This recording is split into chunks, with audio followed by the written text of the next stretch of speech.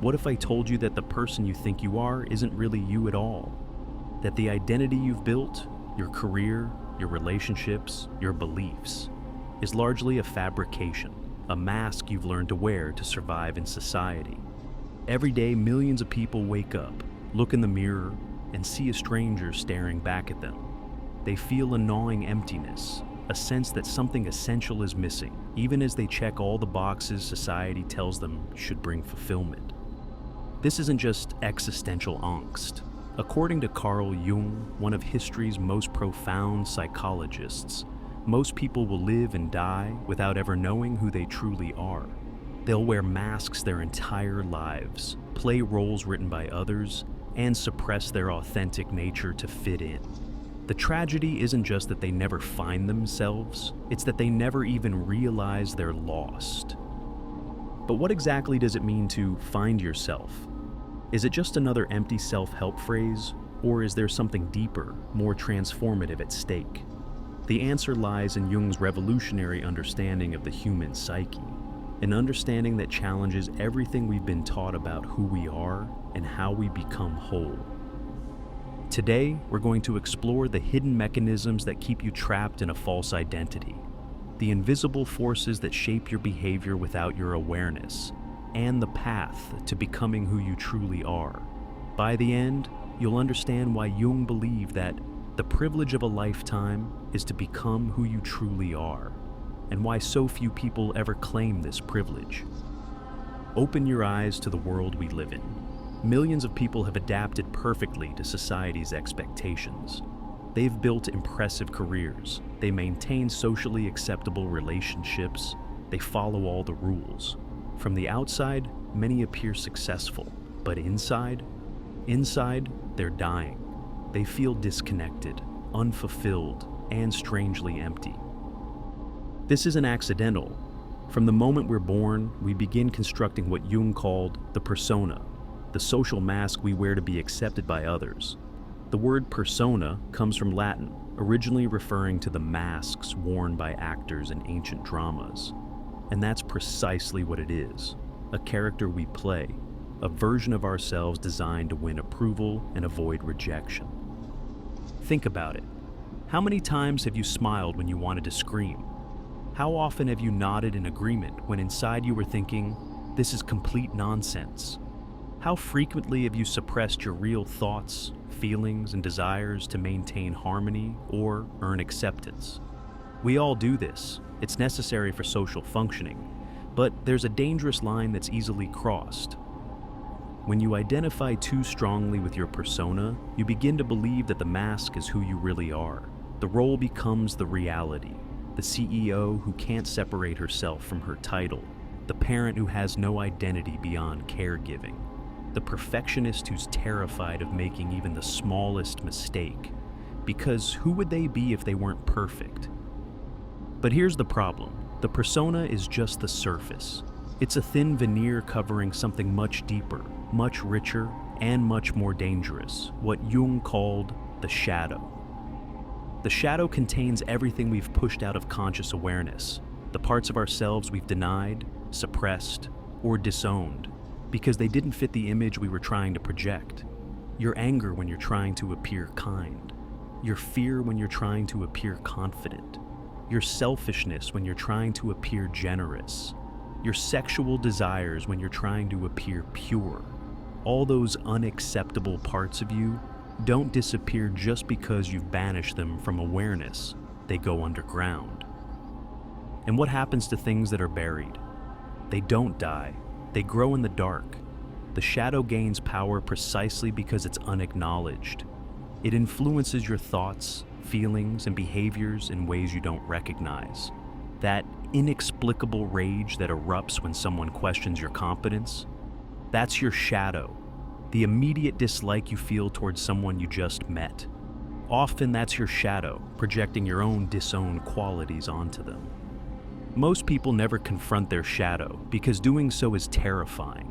It requires admitting that you're not who you pretend to be, that beneath your carefully crafted image lies everything you've tried to deny about yourself. But here's Jung's crucial insight. The shadow isn't evil, it's just unconscious. and what's unconscious controls you. Until you make the unconscious conscious, it will direct your life and you will call it fate. This might be Jung's most powerful statement, the recognition that what you don't know about yourself doesn't just disappear, it rules you from the shadows. Consider the person who keeps finding themselves in abusive relationships, over and over, despite their conscious desire for health and happiness. Or the individual who sabotages every career opportunity just as success seems within reach. Or someone who claims to value honesty but continuously lies to themselves about their own motivations. These aren't just bad habits or character flaws. They are the shadow at work, operating outside awareness. The extent to which you're controlled by unconscious forces is staggering. Research in modern psychology reveals that most of our decisions, reactions, and behaviors stem from processes happening beneath conscious awareness. We're like icebergs. The visible part is tiny compared to what lies beneath the surface. But Jung went even deeper than this personal unconscious. He proposed something far more radical, what he called the collective unconscious.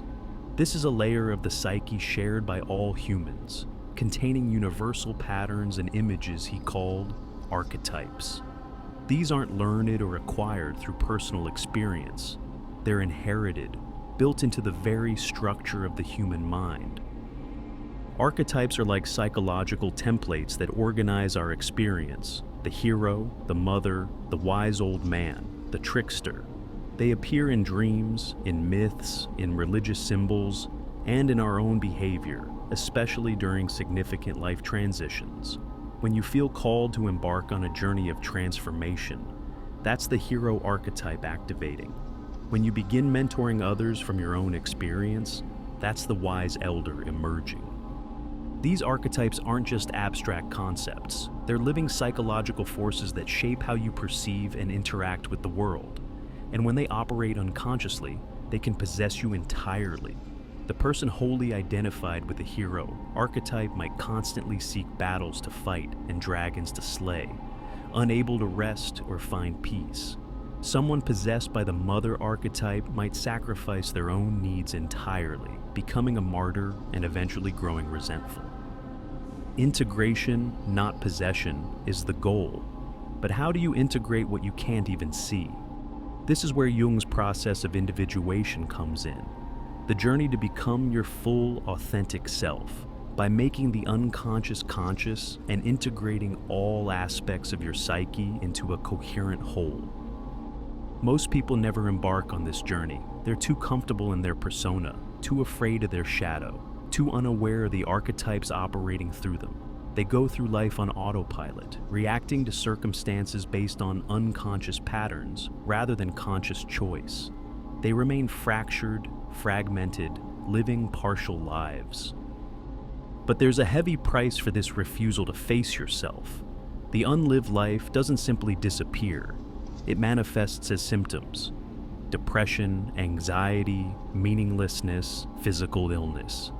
These are often messages from the psyche, telling you that something vital has been neglected or suppressed. They're not obstacles to overcome through sheer will or medications alone. They're invitations to look deeper. Jung observed this repeatedly in his clinical practice. People in midlife, seemingly successful by external standards, suddenly collapsing into profound crises. The executive who wakes up one day unable to go to work, filled with a nameless dread. The devoted parent whose children leave home, plunging them into an identity crisis. The person who achieves everything they thought they wanted, only to find it hollow and meaningless. These crises aren't failures, they're wake-up calls. The psyche is demanding integration, demanding that you become more than the limited identity you've constructed. It's pushing you toward wholeness, even if the path there feels like falling apart. But our culture offers little support for this process. We're taught to maintain the persona at all costs. We're encouraged to repress the shadow rather than integrate it. We've lost the rituals and mythologies that once helped people navigate these psychological transitions. And so, people suffer unnecessarily, treating symptoms while ignoring the root cause. the divided self, crying out for wholeness. What Jung discovered through his own harrowing journey and his work with patients is that finding your true self isn't about creating a better persona. It's about transcending the persona entirely. It's not about eliminating the shadow, but integrating it. It's not about controlling the archetypes, but consciously relating to them. In short, it's about becoming who you've always been beneath the conditioning, beneath the adaptations, beneath the masks. But what does this process actually look like in practice? How do you begin this journey of self-discovery? Jung outlines several pathways, each offering access to different aspects of the unconscious mind. First is dream analysis. Jung considered dreams the most direct expressions of the unconscious mind, revealing in symbolic form what we can't or won't acknowledge consciously. Unlike Freud, who saw dreams primarily as disguised wish fulfillments, Jung viewed them as meaningful communications from the psyche, offering guidance, warnings, and insights about our psychological state. The recurring dream of being unprepared for an exam might reveal feelings of inadequacy hidden behind a confident persona. The dream of a house with unexplored rooms suggests aspects of yourself waiting to be discovered. These aren't random images. They're messages from parts of yourself seeking integration. Second is active imagination, a method Jung developed for dialoguing directly with unconscious contents. It involves focusing on a mood, image, or situation, then allowing it to develop spontaneously in your imagination while maintaining conscious awareness. Through this process, unconscious material can be experienced and integrated without being overwhelmed by it. For example, if you're struggling with unexplained anger, you might visualize the anger as a figure and engage in conversation with it. Who are you? Why are you here? What do you want from me? The responses, emerging spontaneously from the unconscious, can provide profound insights that rational analysis alone cannot reach. Third is what Jung called psychological types, understanding the natural tendencies and preferences of your psyche. Are you more oriented toward the external world, extraversion, or the internal world, introversion? Do you primarily gather information through sensations or intuitions? Do you make decisions based mainly on objective logic, thinking, or subjective values, feeling? These aren't just personality quirks, they're fundamental aspects of psychological functioning, and they're often unbalanced, with certain functions remaining undeveloped or unconscious. The highly logical thinker may have undeveloped feeling. The practical sensor may neglect intuition. Individuation requires developing these neglected functions, expanding your psychological repertoire. Fourth, and perhaps most challenging, is facing your shadow directly. This means acknowledging the aspects of yourself that contradict your self-image, your pettiness when you think of yourself as generous, your envy when you present yourself as supportive, your selfishness when you pride yourself on selflessness. Jung insisted that this process isn't about self-flagellation, but about honesty.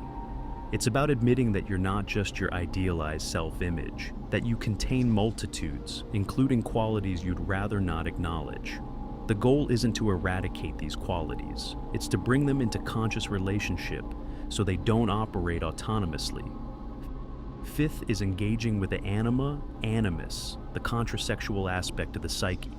Jung believed that men have a female component, anima, and women have a male component, animus, that often remain unconscious, influencing attitudes, relationships, and life choices from the shadows.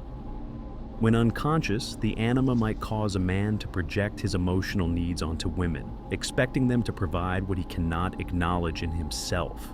An unconscious animus might lead a woman to be possessed by rigid opinions or inappropriate certainty. Integrating these aspects creates psychological balance and more authentic relationships. As Jung wrote, the meeting with oneself is, at first, the meeting with one's own shadow. The shadow is a tight passage, a narrow door, whose painful constriction no one is spared, who goes down to the deep well. but one must learn to know oneself in order to know who one is. This journey isn't easy. It requires tremendous courage to question the identity you've built, to face what you've denied, to hold the tension of opposing aspects of yourself without collapsing into one side or the other. Many begin, but few complete the journey, seduced back into the comfort of the familiar, even if the familiar is painful. But for those who persist, the rewards are immeasurable. Not happiness in the conventional sense. Jung wasn't promising perpetual bliss, but something deeper: meaning, authenticity, wholeness, the capacity to experience life fully, without the constant need to defend a false self, the ability to act from your center rather than from conditioned patterns, the liberation that comes from no longer being a stranger to yourself.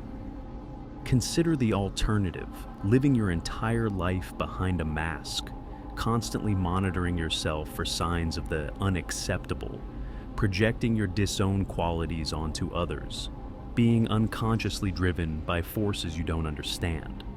Is that really living, or just an elaborate performance?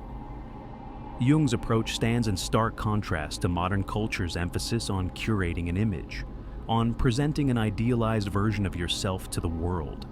In an age of carefully crafted social media profiles and personal brands, Jung's call to confront your own depths is radical. He's not asking you to become your best self. He's asking you to become your whole self. And this is precisely where most people falter.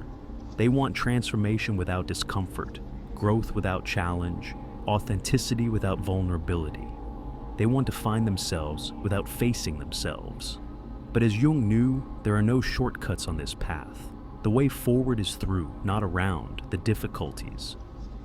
So, what would it mean for you specifically to embark on this journey? It might begin with simply paying attention, noticing your reactions, your triggers, the gap between what you show and what you feel. It might involve looking at patterns in your life, repeated relationships, situations, or conflicts that seem to follow you despite your best intentions. It might mean engaging with your dreams, recording them upon waking, and reflecting on what they might be communicating. It could involve exploring activities that have always called to you, but seemed impractical or inappropriate. It almost certainly requires periods of solitude and reflection, creating space to hear the quieter voices within that are usually drowned out by external demands. And perhaps most importantly, it requires developing what Jung called the observing ego, the capacity to witness your own thoughts, feelings, and behaviors without immediately identifying with them or rejecting them. To say not "I am angry," but "I notice anger arising," not "I am worthless," but "I notice these thoughts of worthlessness." This creates space between you and your experiences, allowing for choice rather than compulsion. Jung's ultimate message isn't that you need to become someone different. It's that you need to become who you already are beneath the conditioning, beneath the adaptations, beneath the performance. The oak tree doesn't need to be taught how to become an oak tree. It simply needs the right conditions to grow into what it already is, essentially. The same is true for you. Your true self isn't something you create through effort or will. It's something you uncover by removing the obstacles to its expression. It's already there, waiting to be recognized and lived.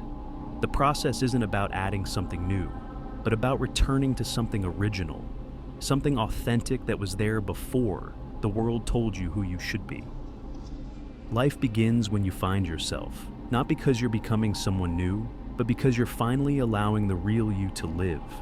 You're shifting from existence to essence, from performance to presence, from the shallow waters of the persona to the depths of your true nature. So I ask you, who would you be if you dropped the act? What parts of yourself have you disowned that need to be reclaimed? What unlived potential waits within you, buried beneath years of adaptation and compromise? These aren't casual questions. They're invitations to the most important journey you'll ever take, the journey to become who you truly are. If this message resonated with you, if you're ready to go beyond the surface and explore the depths of your own psyche, subscribe to our channel, challenge yourself, rise above, become whole. Let me know in the comments, have you ever felt like you're living someone else's life rather than your own? What small step could you take today toward greater authenticity?